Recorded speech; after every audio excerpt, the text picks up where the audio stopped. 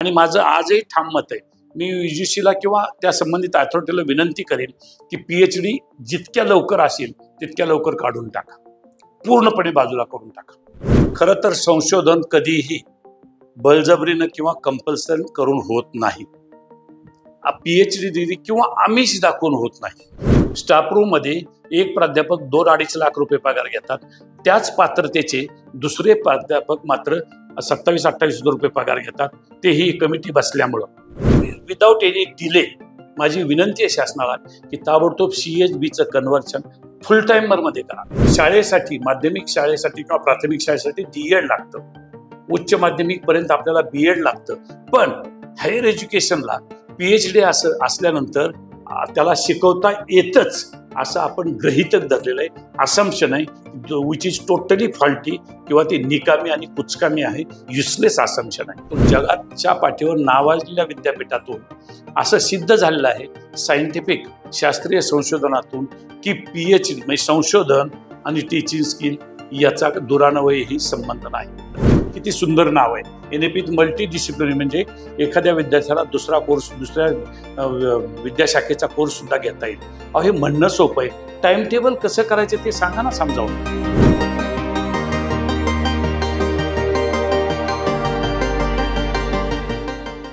नमस्कार, मी राहुल शिंदे आणि आपण पाहत आहात एज वार्ता। शिक्षण क्षेत्रात गेल्या काही दिवसांमध्ये महत्त्वाच्या घडामोडी घडल्या। या घडामोडींच्या अनुषंगाने काही प्रश्न निर्माण झालेले आहेत। याच प्रश्नांची उकल करण्यासाठी आणि त्या संदर्भातील काही वेगवेगळे पदर जाणून घेण्यासाठी आपण आज सावित्रीबाई फुले पुणे विद्यापीठाचे माजी कुलगुरू, इंडियन इन्स्टिट्यूट ऑफ एज्युकेशनचे चेअरमन अरुण अडसूळ सर यांच्याकडे आपण आलेलो आहोत आणि त्यांच्याशी आपण वेगवेगळ्या विषयांवरती संवाद साधणार आहोत। सर नमस्कार, स्वागत आहे तुमचं एज वार्तामध्ये। नमस्कार। गेल्या काही दिवसांमध्ये काही महत्त्वाच्या घटना घडल्या, जसं उदाहरणार्थ पुणे विद्यापीठामधल्या एका विद्यार्थ्याच्या PhD संशोधकाने त्याच्याकडनं लाच घेतली।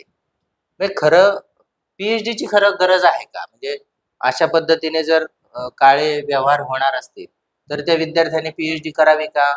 त्या गाईडने शिकवावं का? आणि त्या PhDच्या डिग्रीची खरंच काय आवश्यकता आहे? आणि हे संशोधन हा महत्त्वाचा भाग आहेच आहे, तो असलाच पाहिजे, पण या पद्धतीने जर जाणार असेल तर PhDची गरज आहे का, असा एक प्रश्न निर्माण होतो। तुम्ही याच्यावरती काय सांगाल? मी याच्यावर माझं मत अत्यंत स्पष्ट शब्दात सांगणार आहे, मांडणार आहे, कारण याच्यावर मी अभ्यास केला आहे, त्याच्यावर वाचनही केलं आहे आणि मी जे बोलणार आहे हे साधार बोलणार आहे। नंबर 1, खरं तर संशोधन कधीही बळजबरीनं किंवा कंपल्सन करून होत नाही। PhD डिग्री किंवा आमिष दाखवून होत नाही। तुम्ही ही डिग्री घेतली तर तुम्हाला हे मिळेल असं एकदा सुरू झाले की मग अनेक प्रकारचे त्याला नकारात्मक फाटे फुटू शकतात आणि त्याची आत्ता उदाहरणं आपल्याला, जेवढी वर आलेली उदाहरणं आपल्याला तेवढी दिसलेली आहेत। अदृश्य किती असतील आपण त्याच्याविषयी वक्तव्य न केलेलं बरं। पण माझं मत असं आहे की संशोधन आणि टीचिंग स्किल्स, शिकवण्याची कला, या दोन गोष्टी परस्परांच्या अत्यंत विरोधात आहेत, किंवा त्या पूरक सुद्धा नाहीतच। संशोधनासाठी जे गुण लागतात, एक सगळ्यात महत्त्वाचा भाग म्हणजे आंतरिक ओढ, ज्याला इनर ड्राईव्ह असं म्हणतो। दुसरं जिज्ञासा, म्हणजे ज्याला आपण क्युरिओसिटी असं म्हणतो। तिसरं आवड, आपल्याला प्रचंड त्या विषयातली आवड पाहिजे, जाणून घेण्याची इच्छा पाहिजे। त्याचबरोबर पेशन्स, खूप मोठे पेशन्स लागतात। पॅशन म्हणजे उत्कट किंवा दुर्दम्य इच्छाशक्ती, की मला हे जाणून निसर्गाचं गूढ किंवा समाजाचं हे गूढ जाणून घ्यायचं आहे, एकमेका घटकामधले परस्पर संबंध जाणून घ्यायची माझी इच्छा आहे। हे संशोधनासाठी लागलेले गुण, हार्डवर्क लागतंच।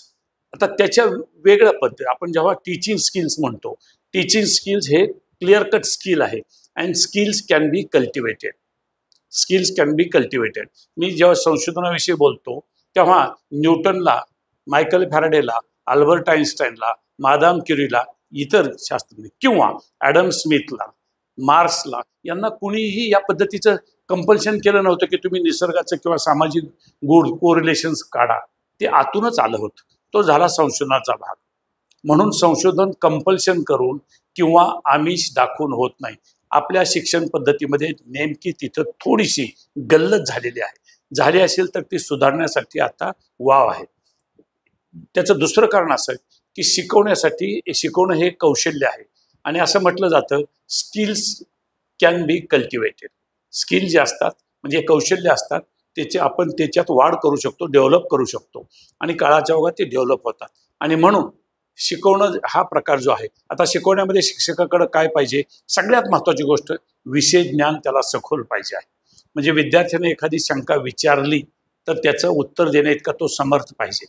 चांगला शिक्षक मी कुणाला म्हणेल की ज्याची वाट विद्यार्थी वर्गाच्या पुढं पाहतात की आज यांचं लेक्चर आहे आणि आपण थांबलंच पाहिजे, हे आंतरिक ओढ की काहीतरी आपल्याला घसघशीत मिळणार आहे, त्यांना चांगला शिक्षक म्हटलं पाहिजे. तिसरा भाग, शिक्षकाची बॉडी लँग्वेज ही अत्यंत खणखणीत पाहिजे. त्याच्या चेहऱ्याकडे बघितलं तरी मुलांच्या चेहऱ्यावरची प्रसन्नता अशी थपथपली पाहिजे की शिक्षकाचा एक प्रिपरेशन तर पाहिजेच पाहिजे. बॉडी लँग्वेज बरोबर टोन, शिक्षकाचा व्होकल टोन जो आहे ना तो सुद्धा अत्यंत जबरदस्त पाहिजे.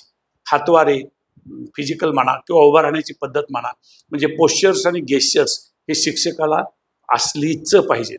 आता ह्या गोष्टी आणि त्यामुळं शिक्षकाकडं, आणि आता असं जगाच्या पाठीवर फार मोठ्या विद्यापीठातून, जगाच्या पाठीवर नावाजलेल्या विद्यापीठातून असं सिद्ध झालेलं आहे सायंटिफिक शास्त्रीय संशोधनातून की PhD म्हणजे संशोधन आणि टीचिंग स्किल याचा दुरान्वयही संबंध नाही. म्हणजे PhD अप्रत्यक्ष सो कॉल्ड PhD त्याचा आणि टीचिंग स्किल्स, आपल्यातल्या बऱ्याच लोकांना PhD झालेल्या लोकांना मी आत्मनिरीक्षण करायला लावतो की PhD झाल्यानंतर माझ्यात असा काय फार मोठा टीचिंग स्किलमध्ये फरक पडला, तर आपल्याला उत्तर, आणि त्याच्यामुळे झालं काय, कंपल्शन दाखवणं किंवा आमिष दाखवणं. त्याच्यामुळं एकदा का गरज आहे कुठल्या तरी वर्गाची अशी जाणीव झाली की दुसरा वर्ग त्याचा गैरफायदा घेण्याचा प्रयत्न करतो. ही समाजाची रीत आहे, मानवी संस्कृतीत हे पडलेलं वळण आहे. त्यामुळं मला असं वाटतं की PhD हे प्राध्यापकांना असण्याची गरज नाही, ती पात्रताच काढून टाकावी. म्हणजे पुढची उद्योग होणार नाही. आणि सो कॉल्ड PhD विषयाची टायटल्स बघितली, थेसिसची टायटल्स बघितली तर सामान्य माणसाच्या सुद्धा लक्षात येईल की गणित नेमकं कुठं चुकलेलं आहे. कंपल्शन किंवा आम्हीच दाखवलं ना, असिस्टंटचा असोसिएट आणि असोसिएटचा वगैरे, याला काय किती पेपर पब्लिश झाले. मला असं म्हणायचं की या देशामध्ये किती नोबल प्राइजेस मिळाली, जनरल बोलतो मी, लोकसंख्येच्या मानानं किती नोबल विद्यापीठं, रिसर्च इन्स्टिट्यूट्स, नेमकं मी सगळंच संशोधन वाईट आहे असं मी म्हणत नाही, पण तोडीस तोड एवढी मोठी लोकसंख्या असताना, एवढं आपण आपल्याकडं ब्रेन असताना आजपर्यंत आपल्याला किती नोबल प्राइजेस वेगवेगळ्या विषयातून मिळाले. आत्मपरीक्षण करूया, तर कुठेतरी गणित चुकतं आहे. सगळ्यात महत्त्वाचं, संशोधन हे कधीही कंपल्शन, बळजबरी करून किंवा आमिष दाखवून होत नाही. मग PhD नको हे मी म्हणून बसलो, आणि माझं आजही ठाम मत आहे, मी UGCला किंवा त्या संबंधित अथॉरिटीला विनंती करेन की PhD जितक्या लवकर असेल तितक्या लवकर काढून टाका, पूर्णपणे बाजूला करून टाका त्याचं. आणि मग तिथं आणायचं काय, काढून टाका हे बरोबर आहे. माझा असा सवाल आहे दुसरा सर आपल्याला, की शाळेसाठी, माध्यमिक शाळेसाठी किंवा प्राथमिक शाळेसाठी D.Ed लागतं, उच्च माध्यमिकपर्यंत आपल्याला B.Ed लागतं, पण हायर एज्युकेशनला PhD असल्यानंतर त्याला शिकवता येतच असं आपण गृहीतक धरलेलं आहे, असम्पशन आहे, विच इज टोटली फॉल्टी किंवा ते निकामी आणि कुचकामी आहे, युसलेस असम्पशन आहे.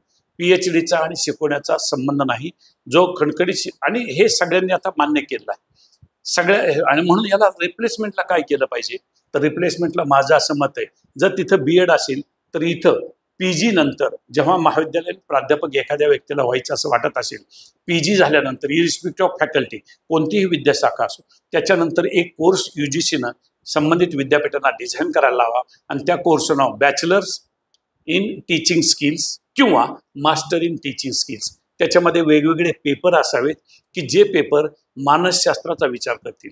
18 वर्ष वयोगटाची महाविद्यालयीन विद्यार्थी 18+ असतात. NEP मध्ये सुद्धा 18+ विद्यार्थी महाविद्यालयीन शिक्षण 3 वर्षाचा किंवा 4 वर्षाच्या कोर्ससाठी येणार आहे. तर यांचं मानसशास्त्र जाणण्याची क्षमता त्या प्राध्यापकाकडे पाहिजे, आणि म्हणून मानसशास्त्र असणारे विषय तिथं असले पाहिजेत असं माझं स्पष्ट मत आहे. मग त्या कोर्समध्ये माझ्यापेक्षाही त्या क्षेत्रातले एक्सपर्ट, एज्युकेशनमधले एक्सपर्ट माझ्यापेक्षाही जास्त सांगू शकतील. पण सगळ्यात मला असं वाटतं की philosophy and history of education हा विषय असलाच पाहिजे, किंवा सायकॉलॉजी अँड पॉझिटिव्ह सायकॉलॉजी हा दुसरा पेपर एक असला पाहिजे, किंवा तिसरा पेपर घ्यायचा असेल तर पॉझिटिव्ह एज्युकेशनची आत्ताची खूप मोठी गरज आहे. पॉझिटिव्ह एज्युकेशन आणण्याची खूप मोठी गरज आहे. चौथा, आणखीन काही विषय घ्यायचे असेल तर एज्युकेशन फॉर हार्ट, म्हणजे आतमध्ये शिकवा. आता बदल करण्याची गरज आहे. युवकांच्या मनामध्ये हे स्पर्धा आणि इतर गोष्टीमध्ये असुरक्षिततेचं वातावरण निर्माण झालंय.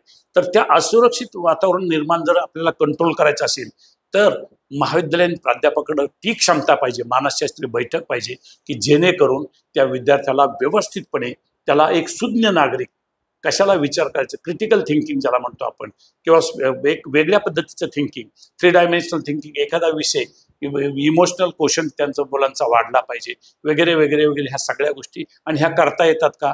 हे सहज शक्य आहे. एक तर बॅचलर करा किंवा 2 वर्षाचा कोर्स करून मास्टर्स इन टीचिंग स्किल्स, त्याचा सिलेबस एक्सपर्ट्स लोक ठरवतील. पण माझी तळमळ एकच असेल की त्याच्यामध्ये 18 वर्ष प्लस असणाऱ्या वयोगटाचं मानसशास्त्र जाणण्याची क्षमता त्या शिक्षकाकडं, प्राध्यापकाकडं असलीच पाहिजे. सर, आत्ताच तुम्ही PhD नको आणि ती का नसावी या संदर्भात बोललात. आपलं बऱ्याच वेळा बोलणं होतं, तुम्ही जी प्राध्यापकांची जी नियुक्ती आहे ती कशी असावी नेमकी या संदर्भातही तुमची काही भूमिका आहे. म्हणजे विद्यार्थी त्यांना ते शिकवता आलं पाहिजे किंवा नाही हे सिलेक्शन कमिटीने चेक करावं, ते ऑन कॅमेरा असावं, अशी तुमची वेगवेगळी भूमिका असते. तर ती नेमकी संकल्पना काय आहे, त्या मागची कारणं काय आहेत असं तुम्ही सांगू शकाल? आता आपण पाहतो एकदम प्रश्न छान आहे. कारण शिक्षण प्रक्रिया धोरण कितीही वरच्या पट्टीचं असेल, त्याचं व्हिजन कितीही चांगलं असेल, तर प्रत्यक्ष मी महाविद्यालयीन शिक्षणाविषयी बोलतोय, हायर एज्युकेशन बोलतो आहे की तिथं प्रत्यक्ष या योगगटाशी प्रत्यक्ष संबंध, वैचारिक संबंध कुणाचा येतो, वर्गात प्रत्यक्ष संबंध कुणाचा येतो, तर प्राध्यापक या गटाचा प्रत्यक्ष संबंध येतो. आता हे प्राध्यापक निवड, आता प्राध्यापकाच्या निवडीविषयी IQ गोष्टी काय आहेत, त्यातलं किती तथ्य आहे, ते योग्य आहे का अयोग्य आहे, हे ज्याचं त्यानं ठरवावं. कारण मी नेहमी असं म्हणतो की आतलं कोर्ट जागृत असलं पाहिजे. प्रत्येकाचं आतलं कोर्ट, भूमिका निभावणाऱ्या प्रत्येक कलाकाराचं, संस्थाचालक असोत, शासकीय अधिकारी असोत, मंत्री महोदय असोत किंवा माननीय प्राचार्य असोत, प्राध्यापक बंधू भगिनी असोत, प्रत्येकाचं आतलं कोर्ट जागं पाहिजे की माझी भूमिका एज्युकेशनमध्ये ही आहे आणि इथे हे मी करणार. आता हे जर करायचं असेल तर आता ज्या IQ गोष्टी असतो, या प्राध्यापकाला मागणीसाठी हा रेट आहे, या गोष्टी खऱ्या का खोट्या याच्यात मी जाणार नाही. पण जर खऱ्या अर्थानं दर्जा NEPला वाढवायचा असेल तुम्हा मला, आणि वाढावा असं प्रत्येकाची तळमळ आहे. कारण युवा शक्तीकडं पाहणं, युवा शक्ती म्हणजे राष्ट्राचं ॲसेट आहे. त्यांच्याकडं त्यांच्यात वैफल्यग्रस्तता पाहिली म्हणजे आपण काही फार कमवलं अशातला अजिबात कुणी शहाण्यांनी अर्थ काढू नये. काही हुशार लोक तसा अर्थ काढतात की आपलं भागल्यानंतर काही, पण त्याला काही. म्हणून माझी तळमळ एक आहे की प्राध्यापकाचं शिक्षण होताना, मी प्राध्यापक आहे, मी फिजिक्स विषयाची जाहिरात, मी प्राचार्य आहे, मी फिजिक्स विषयाची जाहिरात कार्यपद्धती सगळे नियमाच्या चौकटीत राहून फिजिक्स मान्यता घेऊन फिजिक्स विषयाची जाहिरात दिली. माझ्याकडे एक समजा 50 अर्ज आले, त्याची मी स्क्रुटिनी कमिटी केली, त्यातले योग्य पात्र उमेदवार सगळे पाहिले आणि त्या पात्र उमेदवारातून ज्यांना मी बोलवणार इंटरव्ह्यूसाठी ते ठरवले गेले. तर त्यांना मी अगोदर पत्र लिहिणार प्राचार्यांच्या सहीनं की आपण आपल्या विषयातल्या डिग्री या पदवी अभ्यासक्रमातले कोणतेही 3 टॉपिक आपल्या आवडीचे यांचं टायटल आम्हाला कळवा. आपल्याला संबंधित टॉपिक ऐन वेळेला त्यापैकी एक टॉपिक आपल्याला प्रत्यक्ष शिकवण्यासाठी वर्गावर नेलं जाईल याची ही आपल्याला कल्पना देतो. त्यामुळं 3 टॉपिक द्या किंवा 4 टॉपिक द्या, त्या 3 आणि 4वर मतभेद करण्यात काही शहाणपणा नाही, परंतु ते द्या. त्याच्यानंतर ती जेव्हा व्यक्ती प्रत्यक्ष इंटरव्ह्यूला येईल, त्या इंटरव्ह्यूला ती व्यक्ती आल्यानंतर त्या व्यक्तीला ते कमिटी जी काय असेल, शासनाची कमिटी असेल, त्या कमिटीमध्ये विशेष तज्ज्ञ असतील, इतर गोष्टी असतील, तांत्रिक तज्ज्ञ असतील, वगैरे वगैरे.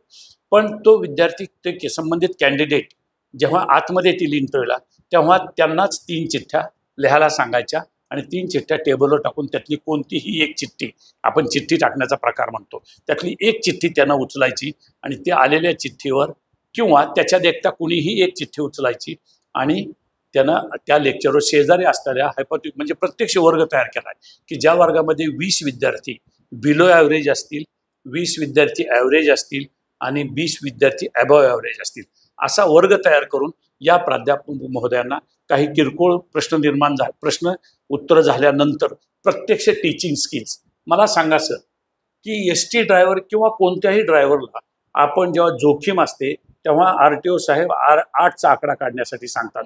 तिथं मात्र स्किल मोजलं जातं आणि इथं मात्र फक्त प्रश्न विचारून विषय ज्ञान हा एक प्रकार झाला. मी सुरुवातीला सांगितलं, फक्त विषय ज्ञान म्हणजे सर्वस्व नव्हे. ते शब्दफेक पाहिजे, नजरफेक पाहिजे, हातवारे पाहिजेत, बॉडी लँग्वेज पाहिजे, वोकल टोन पाहिजे, हे सगळ्या गोष्टी. आणि हे पाहण्यासाठी प्रत्यक्ष वर्गावर नेणं, आणि हे वर्गावर नेल्यानंतर ते सुद्धा संपूर्ण लेक्चर काय 20-25 मिनिटाचं असेल, ते लेक्चरच हे अंडर CCTV कॅमेरा होईल. याच्यामुळं काय होईल, एक जण उद्या तक्रार केली की वायचं सिलेक्शन कसं झालं, तर समाज हा त्याचा जज ठरेल. हे सगळं पहा आणि याच्यातून वायचं लेक्चर कितीतरी पट त्याच्यापेक्षा एक्सपेक्षा छान झालं आहे आणि एक्सला स्वतःलाही समजेल की CCTVमध्ये आपण फेल गेलो आहे. मी सांगितलं ज्या पद्धतीनं जर तो टीचिंग स्किल्समध्ये असेल तर विद्यार्थ्यांच्या चेहऱ्यावरून त्याला समजेल की आपण सांगितलेलं विद्यार्थ्यांना पोहोचत नाही. तो स्वतःच ओळखून घेईल की माझं सिलेक्शन. आणि याच्यामुळं काय होईल, ज्या काही आत्ता चर्चा रंगतात एवढं घेतलं जातं आणि ते संस्था चालकावर बंधनकारक सिलेक्शन राहील. हेही ठरवलं पाहिजे. विद्यापीठानं तशाच वेगळं कुठलाही मार्ग राहणार नाही आणि कुणावर आणि ट्रान्सपरन्सी ज्याला म्हणतो, सगळ्यात महत्त्वाची गोष्ट म्हणजे प्रत्येक ठिकाणी आत्ता या देशामध्ये गरज आहे ती ट्रान्सपरन्सीची फार महत्त्वाची, आणि विशेषतः शैक्षणिक क्षेत्रात ट्रान्सपरन्सीची खूप गरज आहे. आणि म्हणून मी त्याला पर्यायी दिलेला आहे की either bachelor in teaching skills or किंवा या पद्धतीनं. आणि त्या प्राध्यापकाला प्रत्यक्ष सिलेक्शन त्याचं वर्गावर झाल्यामुळं कोणालाही कसलंही ऑब्जेक्शन घेता येणार नाही, कोणाचंही मनमानी चालणार नाही आणि सगळी लूप होल्स त्यातली बंद होतील, असं माझं ठाम मत आहे. सर धन्यवाद. या विषयाचं तुम्ही खूप छान उत्तर दिलं. आणखी काही प्रश्न आहेत. अनेक नेट सेट उमेदवार आहेत जे सध्या नोकरीच्या प्रतीक्षेत आहेत, पण राज्य शासनाकडून जे CHBचं धोरण स्वीकारलेलं आहे, त्या CHBच्या धोरणामुळे अनेकांचे कसे आयुष्य उद्ध्वस्त झाले हे अनेक वेळा आपल्याला पाहायला मिळतं.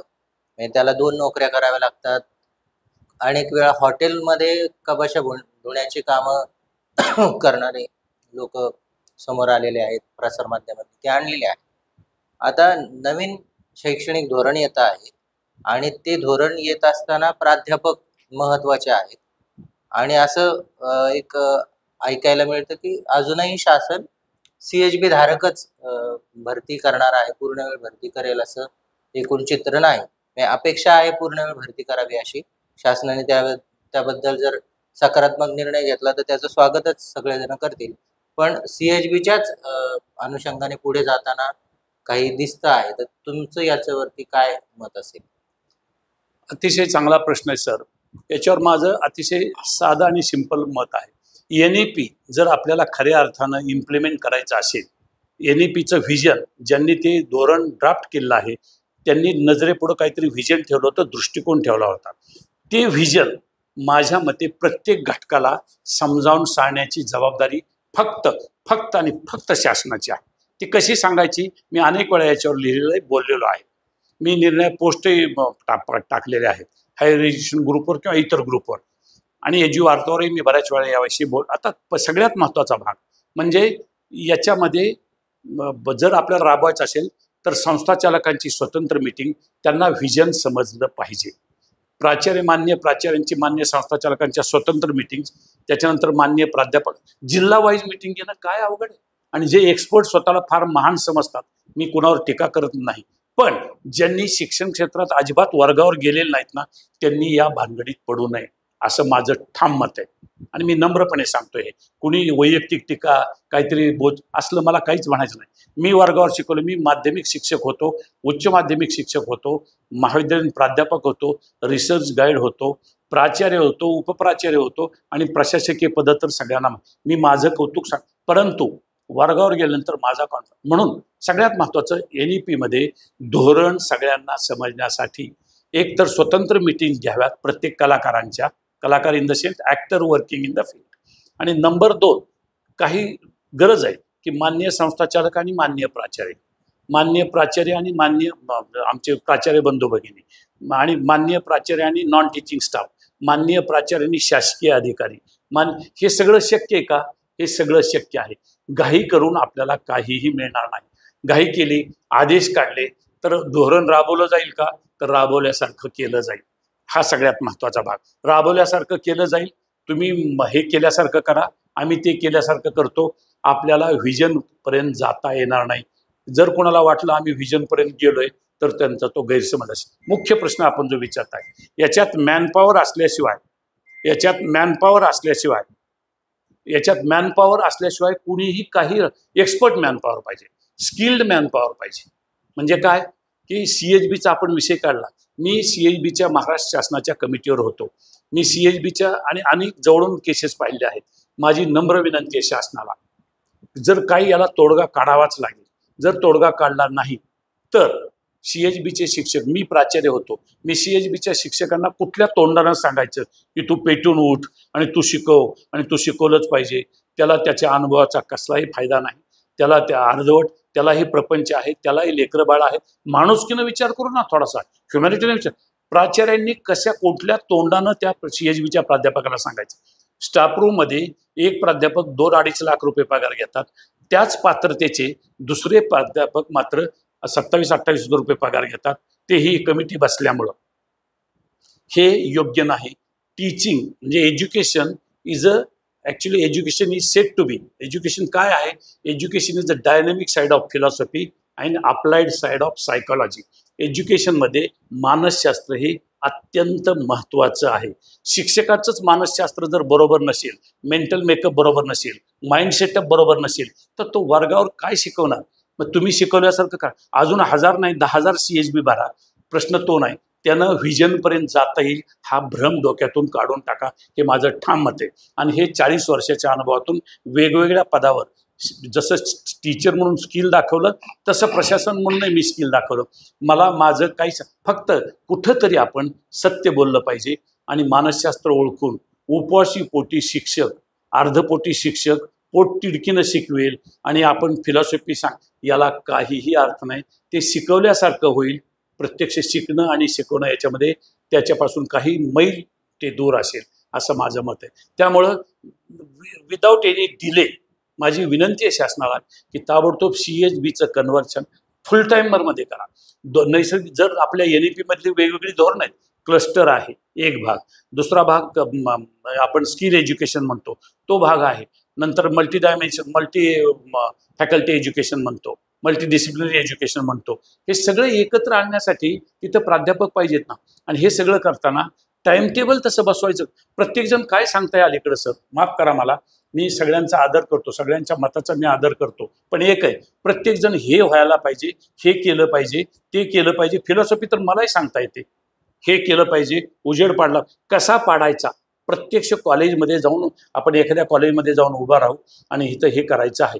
प्राचार्यांची तळमळ आहे, मान्य संस्था चालकांची तळमळ आहे, पण तिथं मॅनपॉवर नाही.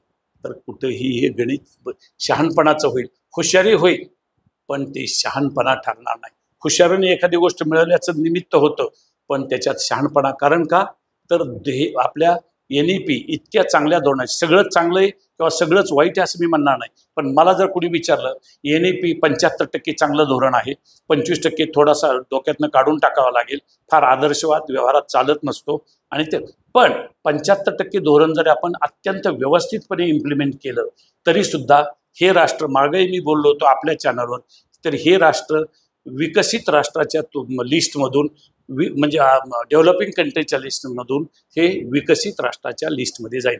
म्हणजे डेव्हलपिंग कंट्रीज टू डेव्हलप्ड कंट्रीच्या लिस्टमध्ये ही 100% एवढी ताकद NEPच्या 75% NEPच्या मध्ये आहे. फक्त प्रोव्हाइडेड त्याचं इम्प्लिमेंटेशन मानसशास्त्र आणि फिलॉसॉफी आणि व्यवहार बाळगूनच इम्प्लिमेंट केलं पाहिजे. तरच हे शक्य. अन्यथा स्वप्नच राहील. आपण NEPच्या व्हिजनपासून काही मैल मागं राहू, हे मात्र मला वाटणारी गोष्ट आहे. सर, आता NEPच्या अंमलबजावणीच्या संदर्भात तुम्ही बोललात.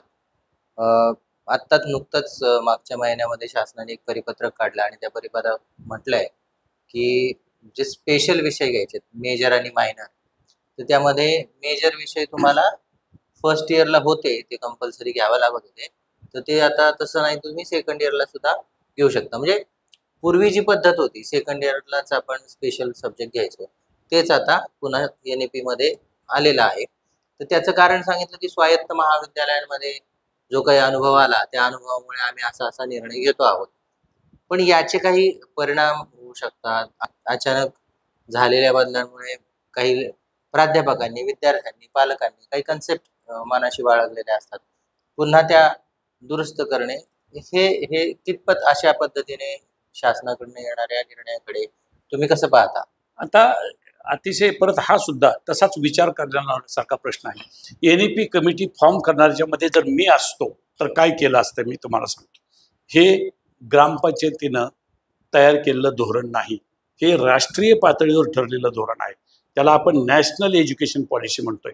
मी जर त्या कमिटीत असतो तर मी विनंती केली असते शासनाला की या देशातल्या मी हायर एज्युकेशन विषयी बोलतो, हायर एज्युकेशन संस्थांचं सगळं स्टॅटिस्टिकल इन्फॉर्मेशन, सांख्यिकी माहिती, man power, infrastructure, factors affecting the influencing the education, actors working in the education, ह्या सगळ्यांचा सारासार विचार करा, त्याची सांख्यिकी माहिती गोळा करा आणि त्याच्यानंतर धोरण ठरवायला गेलं पाहिजे.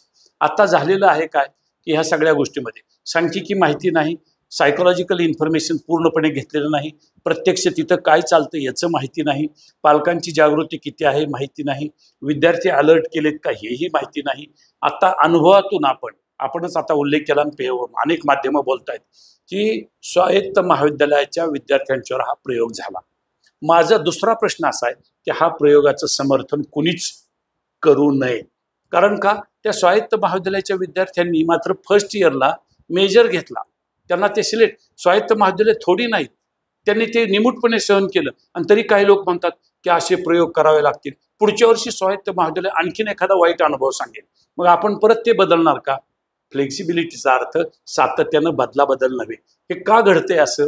कारण अभ्यासपूर्ण धोरणं राबवण्याच्या अगोदर अभ्यास पूर्ण होणं गरजेचं होतं. अभ्यास जर पूर्णपणे सायंटिफिकली करायचा होता तर त्यासाठी सांख्यिकी माहिती, approach, attitude of the work, actors working in the field हे माहिती पाहिजे होतं. हे सगळं माहीत नसल्यामुळं मेजरचं आता दुसऱ्या वर्षी करणार, पण त्या विद्यार्थ्यांचं काय, जे स्वायत्त महाविद्यालयाचे संस्थाचालक गप्प आहेत, माननीय प्राचार्य गप्प आहेत, ते विद्यार्थ्यांचं काय की ज्यांनी फर्स्ट इयरला मेजर निवडला, ती एक बॅच अशी वेगळ्या पद्धतीनं बाहेर पडेल. आता ती बॅच जेव्हा बाहेर पडेल तेव्हा MP सारखे आणि UP सारखे अथॉरिटीज विचारणार तुमची डिग्री नेमकी कशी आहे, आणि ते मात्र यांच्यापासून वेगळे दिसणार कुठंतरी. आणि सायकोलॉजिकली त्यांच्यावर काय परिणाम झाला, त्यांच्यावर आपण प्रयोग केला म्हणायचं का? तर हे योग्य वाटत नाही. धरसोड वृत्ती निर्णयाच्या धोरणाबाबत, कारण त्याचं मुख्य कारण मी सांगतो, सांख्यिकी माहितीचा अभाव. धोरणाची बांधणी करण्यापूर्वीच संपूर्ण राष्ट्राची टोटल इन्फॉर्मेशन आपल्याला सांख्यिकी स्वरूपात माहिती असणं गरजेचं होतं. तसंच प्रत्येक ॲक्टरचं मानसशास्त्र, मानसिक बैठक, मेंटल मेकअप, माइंड सेटअप हाही माहिती असण्याची गरज होती. ते न केल्यामुळं अजूनही धोरणाच्या बाबतीत काय, मी सांगितलं आपल्याला, धोरण जर आदेश काढले, अधिकारी म्हणून आदेश काढणं फार सोपं आहे, मी टीकात्मक बोलत नाही, अधिकारी म्हणून आदेश काढणं फार सोपं आहे, पण what will the probable consequences, परत ते पुढं तसं होईल का? तर तसं ते होणार नाही. केल्यासारखं होईल का? तर केल्यासारखं होईल, समाधान ज्याला मिळायचं त्यांना मिळेल, पण याच्यात आपण युवा पिढीचं प्रचंड मोठं नुकसान करणार आहोत. आणि युवा पिढीला भरकटत नेणं हे शहाणपणाचं काही दिवस, हुशारीचं काही दिवस ठरेल, पण याच्या उत्तराला आपल्यालाच उत्तर समर्थन, आपणच अकाउंटेबल असू, याचं उत्तर आपल्यालाच द्यावं लागेल. कधीही उगवत्या पिढीकडं लाईटली न घेता त्यांना व्यवस्थितपणे मार्गदर्शन होण्याची आणि थ्रू एज्युकेशन बनवण्याची गरज आहे. आणि म्हणून मी वरच्यावर सांगतो की आता विद्यापीठातून काही प्रकार घडतात, इकडनं घडतात, तर विद्यार्थ्यांना फक्त कॉग्निटिव्ह स्किल्स शिकवू नका. NEP तेही पाहिजे होतं की non cognitive skills through non formal education हे सुद्धा शिकवण्याची गरज आहे. NEP त्याचा सुद्धा, अर्थात हे महाविद्यालयीन पातळीवर माननीय प्राचार्य आणि प्राध्यापक बंधू भगिनींना सुद्धा करता येतं की त्यांना नॉन कॉग्निटिव्ह स्किल्स शिकवण्याची खूप गरज आहे. सर, एक शेवटचा प्रश्न, आता आपण वेगवेगळ्या घडामोडींविषयी प्रश्न जाणून तुमच्याकडनं त्याची उत्तरं घेत आहोत. विद्यापीठ अनुदान आयोगाने नुकताच एक निर्णय घेतलाय की PhD प्रवेशासाठी आता या पुढील काळात पेट एक्झाम जी विद्यापीठांकडनं घेतली जाते ती घेण्याची गरज नाही. आता नेटच्या गुणांच्या आधारे विद्यार्थ्यांना डायरेक्ट PhD ला ऍडमिशन दिलं जाईल. पण अशी एक चर्चा देशभर होते आहे की हा UGC ने त्या संबंधित महाविद्यालयांच्या स्वायत्ततेवर घाला घातलेला आहे. विद्यापीठाला त्यांची स्वतःची PhD घेण्याची, पेट घेण्याची संधी असली पाहिजे. पेट ही रिसर्च स्टुडंट कसा असावा, त्याच्यात कुठले प्रश्नांची माहिती त्याला असावी, या अनुषंगाने ते प्रश्न तयार करून ती पेट घेतली जाते. आणि नेट ही एक्झाम जी आहे प्राध्यापक पात्रता परीक्षेसाठीची आहे. हा असा एक चर्चेचा विषय आता नुकताच समोर आलेला आहे. तर UGCने नेट ही PhDला प्रवेशासाठी पात्रता म्हणून ठेवलेली आहे. याकडे तुम्ही कसं पाहता? आपण हाही प्रश्न तसा वेगवेगळ्या ज्या अथॉरिटीज या राष्ट्रीय पातळीवर आहेत, AICTE असो किंवा UGC असो, अनेक प्रश्न आहेत. ते BCA वगैरे वगैरे ते प्रश्न आपल्याला ज्ञात आहेत, किंवा हा नेटचा आणि पेट याच्यात माझं असं मत आहे, तो आपण AICTE थोडंसं बाजूला ठेवू. पण UGCनं हा निर्णय कशासाठी, त्याच्या मागची तार्किकता काय, त्याच्या मागचं लॉजिक नेमकं काय, हे तरी समजावून समाजाला सांगावं. अधिकार पदावर आहेत म्हणून काहीही करणं, तर कमीत कमी आपला निर्णय योग्य आहे त्याचं समर्थन, त्याचं जस्टिफिकेशन दाखवण्याची ताकद आपल्याकडं असलीच पाहिजे, असं माझं स्पष्ट मत आहे. आणि म्हणून ते नेट्स घ्या. आणि मी पहिल्याच प्रश्नात सांगितलं, माझ्या दृष्टीनं महाविद्यालयीन प्राध्यापकांना किंवा PG शिकवणाऱ्या प्राध्यापकांना सुद्धा PhDची गरज पाहिजे. PGला पाहिजे असेल तर ठेवा, पण हे संशोधनाला तसा काही अर्थ नाही. हा राष्ट्रीय पातळीवर आत्मपरीक्षण, राष्ट्रानंच आत्मपरीक्षण करावं की एवढ्या PhD झालेले प्राध्यापक आज आहेत, त्यांच्या संशोधनाचं नेमकं काय झालेलं आहे. त्यामुळं परीक्षेचं स्वरूप पेट करा, नेट करा किंवा आणखीन काहीतरी वेगळं नाव द्या आणि त्या परीक्षे हे फक्त चालवण्यासाठी चालवणं आहे. त्याला फार तथ्य किंवा तार्किकता नाही. तार्किकता मी सांगितली आहे की टीचिंग हे स्किल आहे आणि स्किल डेव्हलप करणारा एखादा कोर्स प्रत्येक विद्यापीठानं आपल्या पातळीवर एज्युकेशनमधले अत्यंत चांगल्या दर्जाचे स्पेशलिस्ट घेऊन त्यांच्या माध्यमातून तयार करावा की ज्याच्यामध्ये मानसशास्त्र हा विषय मुख्य ठेवावा. आणि तोही मानसशास्त्र नव्हे तर पॉझिटिव्ह सायकोलॉजी आणि नॉन कॉग्निटिव्ह स्किल्स हे महत्त्वाचे असे पेपर ठेवावेत. हा education for educating the heart हा सुद्धा पेपर ठेवा. दलाई लामांचा त्याच्यावर फार मोठं भाष्य आहे की समाजात काय चाललेलं आहे. समाजापासून प्रत्येक व्यक्ती वेगळ्या पद्धतीनं चाललेली आहे. समाज नावाची घडी विस्कटते आहे.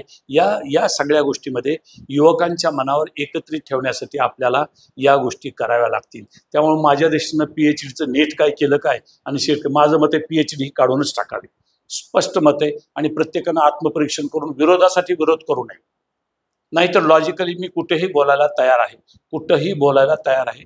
तर त्या गोष्टीत आपण मी इथं माझं मत मांडणं हे करतोय अशातला भाग नाही, पण वैचारिक कुठेही मी यायला तयार आहे की याचे फायदे काय आणि तोटे. आणि ज्यांनी PhD केलेली आहे त्यांनी स्वतःही विचारावं. मी PhD केली, त्याच्या अगोदर मी 10-15 वर्ष महाविद्यालयाला शिकवलं. PhD झाल्यानंतर मला असं वाटलं नाही, हार्डली 2 किंवा 3% तेवढाच फरक पडला. हार्डली अजिबातच पडला नाही असं मी म्हणणार नाही, पण त्यासाठी तो खटाटोप आणि तो बाकीचे उद्योग आणि आपली गरज आहे म्हणून कुणीतरी त्याचं अनड्यू ॲडव्हान्टेज उचलणं हे प्रकार समाजात होणार नाहीत. एक भाग. आणि ते सोडूनच द्या, ते व्हावेत किंवा न व्हावेत, ते समाजाचा माइंड सेटअप असेल आणि कल्चर असेल, परंतु मुख्य त्याची गरज नाही. कारण teaching is a skill coupled with psychology. मानसशास्त्राशी संबंधित असणारं कौशल्य हे आहे आणि ते कल्टिवेट करता येतं. त्यासाठी एखादा किंवा 2 वर्षाचा कोर्स ठेवा. सर, शेवटचा प्रश्न, BBA BCA यासाठी सुद्धा आता प्रवेशपूर्व परीक्षा घेण्याचा AICTEने निर्णय घेतला आणि तो एक खूपच लवकर झाला. परीक्षा संस्था चालकांनाही तो वेळ पाहिजे होता, तो मिळाला नाही. विद्यार्थ्यांनाही तो फार वेळ मिळाला नाही असं म्हणणं आहे विद्यार्थ्यांचं. तर AICTEच्या या निर्णयाकडे तुम्ही कसं पाहता? AICTEनं हा निर्णय घेताना तिथेही आपण कमी पडलो की टोटल स्टॅटिस्टिकल इन्फॉर्मेशन गोळा करून त्याच्यावर चर्चा करून नंतर निर्णय घेणं. आपण AICTE म्हणजे एखादी अधिकाराची मंडळ आहे म्हणून निर्णय घ्यावा, त्याची तार्किकता तरी समजावून सांगा ना. आत्ता बऱ्याचशा महाविद्यालयामध्ये आमच्या लेकी बाळा, मुलं, युवा युवती या कुठेतरी BCA आणि कॉम्प्युटरसाठी वेगवेगळ्या तालुक्याच्या ठिकाणी सुद्धा हे कॉलेजेस सुरू आहेत. त्यांच्यावर गदा आलं ना. बरं, त्याच्या मागचं लॉजिक सांगा, त्याची फीज काय आहे, तार्किकता एकदा समजावून सांगितली. एकदा का AICTEने घेतल्यानंतर त्याची फी ग्रामीण भागातल्या मध्यम पट्ट्यातल्या किंवा आर्थिकदृष्ट्या कमकुवत मुलामुलींना शिकायची संधी मिळेल का, हे नाटक चाललंय कशासाठी, आणि समजावून सांगायचं असेल तर वेगवेगळ्या विद्यापीठात येऊन तिथल्या तज्ज्ञांनी पटवून सांगावं की दिस इज लॉजिक बिहाइंड इट. आणि मग आम्ही आमच्यासारखे त्यांना प्रश्न विचारतील तर याच्यातून वेगळं काय निष्पन्न होणार आहे. अभ्यासक्रम तोच राहणार आहे. सगळ्या गोष्टी फक्त अथॉरिटी बदलली आणि हा कोर्स आमचा आहे याच्या ढवळाढवळ नको, तो कोर्स आमचा आहे याच्या ढवळाढवळ. आणि आपण दुसरीकडे म्हणतो की मल्टी डिसिप्लिनरी, किती सुंदर नाव आहे. NAP मल्टी डिसिप्लिनरी म्हणजे एखाद्या विद्यार्थ्याला दुसरा कोर्स, दुसऱ्या विद्याशाखेचा कोर्स सुद्धा घेता येईल. अहो हे म्हणणं सोपं आहे. टाइम टेबल कसं करायचं ते सांगा ना समजावून. काय करणं मी सांगितलं आपल्याला, काय करा हे सांगणं फार सोपं आहे, पण कसं करायचं हे सांगणं तेवढंच अवघड आहे. जोपर्यंत अनुभवी व्यक्ती तिथं नाहीत तोपर्यंत हे सगळं दिशाभूल करणारं ठरेल. स्वतःच्या पायावर दगड मारून घेतल्यासारखं हे होणार आहे. धन्यवाद सर, तुम्ही धन्यवाद.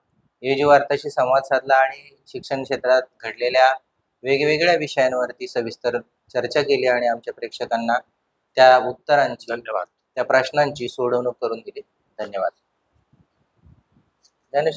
नमस्कार, मी राहुल शिंदे आणि आपण पाहत आहात AU वार्ता. सावित्रीबाई फुले पुणे विद्यापीठाचे माजी कुलगुरू सन्माननीय अरुण अडसूळ सर यांच्याकडे आपण आलेलो आहोत. नमस्कार. चेक करावा.